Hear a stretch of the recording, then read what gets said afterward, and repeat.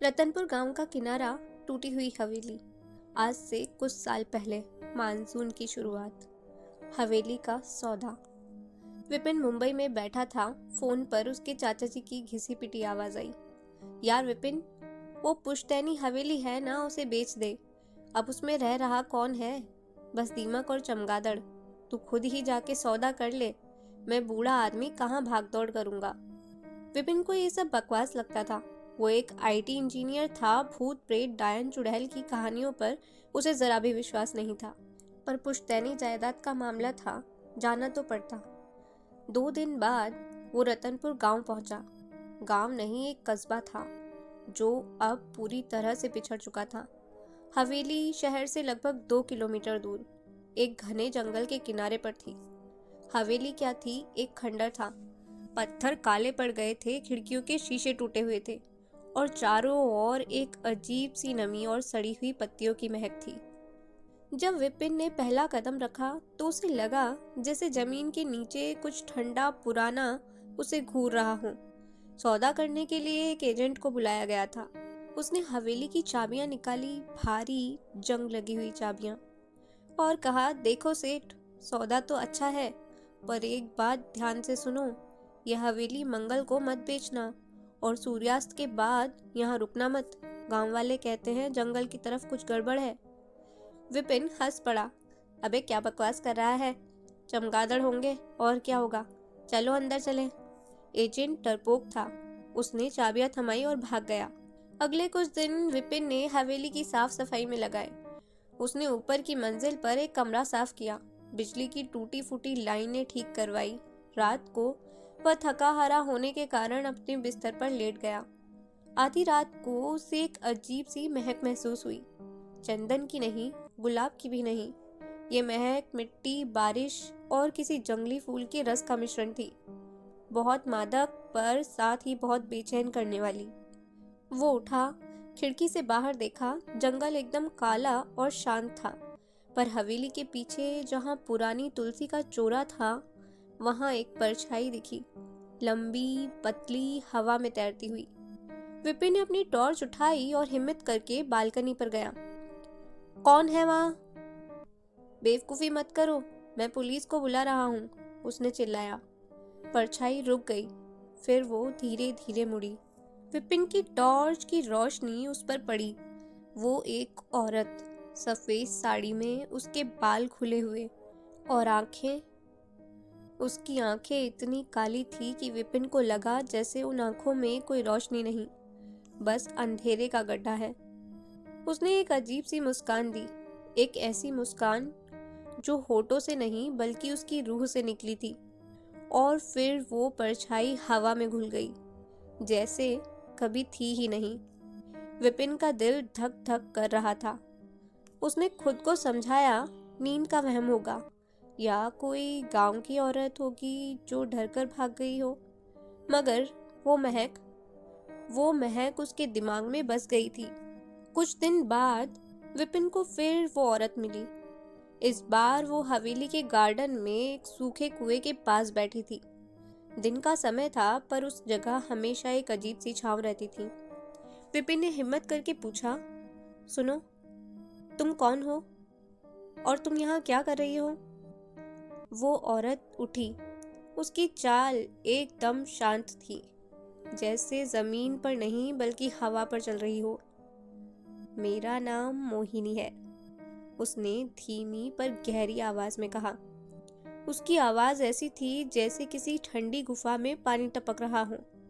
मोहिनी, तुम यहाँ क्या करती हो मोहिनी? विपिन ने पूछा। वो धीरे से हंसी, और इस बार विपिन को लगा कि उसकी हंसी डरावनी नहीं बल्कि उदास है। मैं तो बस देखती हूँ, तुम्हें देखती हूँ विपिन। विपिन चौंक गया। तुम मेरा नाम कैसे जानती हो? नाम? चीजों का नाम तो हम बहुत पहले जान जाते हैं विपिन, उसने कहा।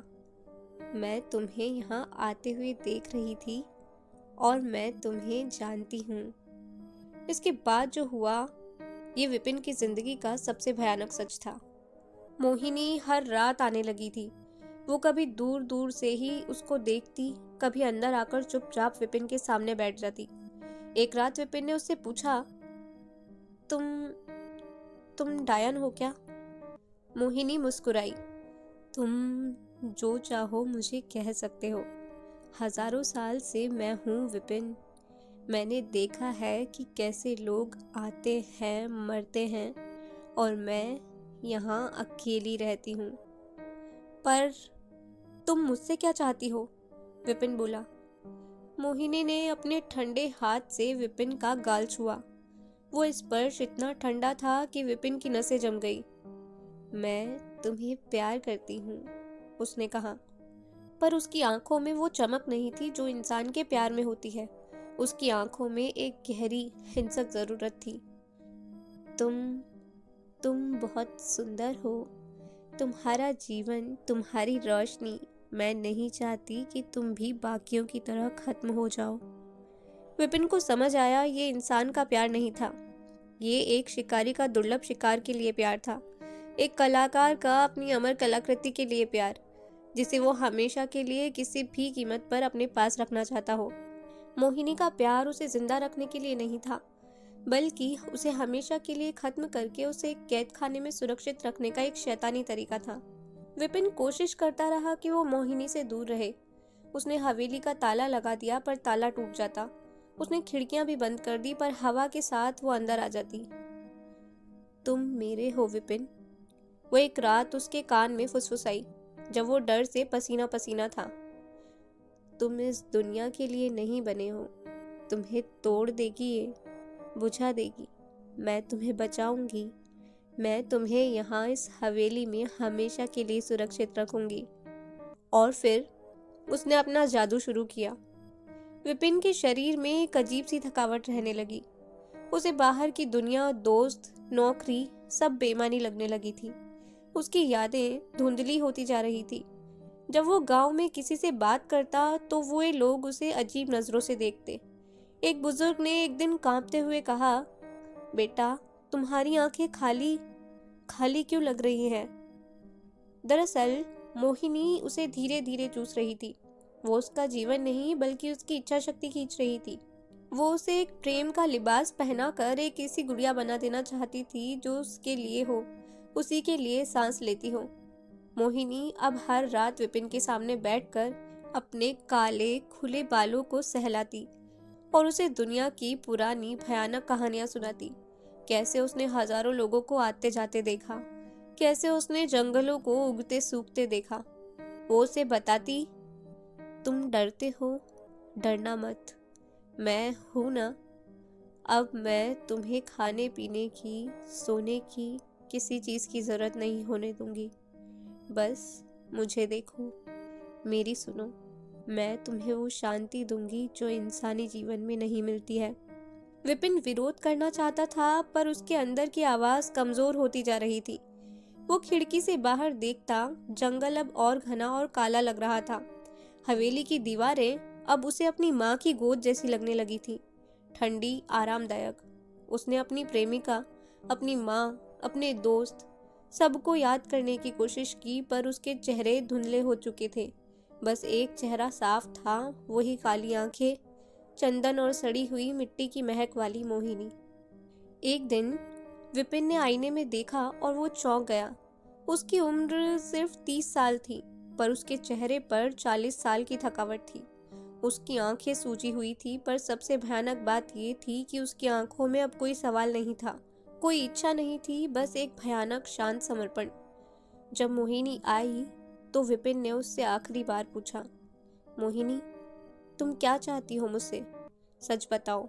मोहिनी ने इस बार हंसते हुए लगभग एक बच्ची की मासूमियत से कहा, सच, मैं चाहती हूँ कि तुम हमेशा ऐसे ही रहो, इतने सुंदर, इतने मेरे। पर ऐसा हो नहीं सकता।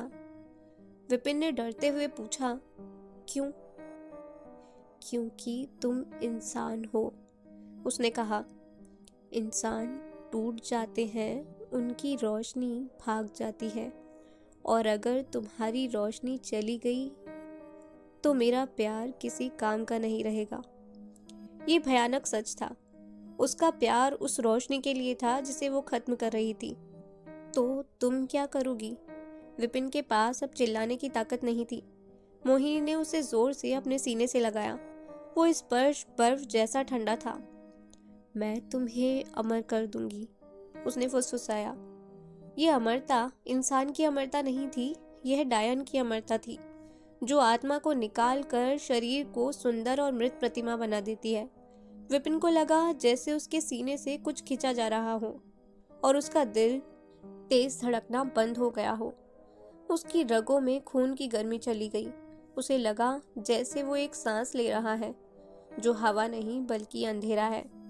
मोहिनी की आंखों में अब एक अजीब सी चमक थी, खुशी की, जीत की और हाँ, प्यार की।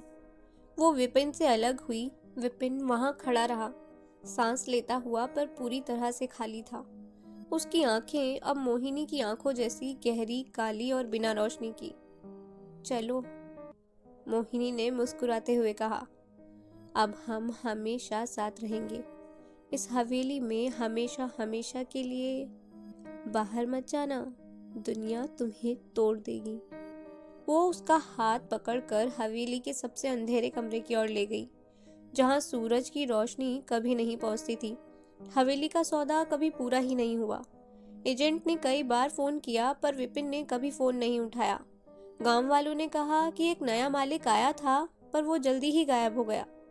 आज भी रतनपुर गांव के लोग उस टूटी हुई हवेली के पास नहीं जाते, पर कुछ लोग कहते हैं कि जब मानसून शुरू होता है तो रात को उस हवेली के पीछे से एक अजीब सी मादक खुशबू आती है। चंदन, मिट्टी और जंगली फूल के रस की महक। और कभी कभी ऊपर की बालकनी पर एक लंबा सुंदर नौजवान दिखता है, जिसकी आंखें काली और खाली हैं, जो अपने सिर को धीरे से हिलाता है जैसे कि किसी अदृश्य रानी की बात सुन रहा हो। वो जिंदा है पर जिंदा नहीं।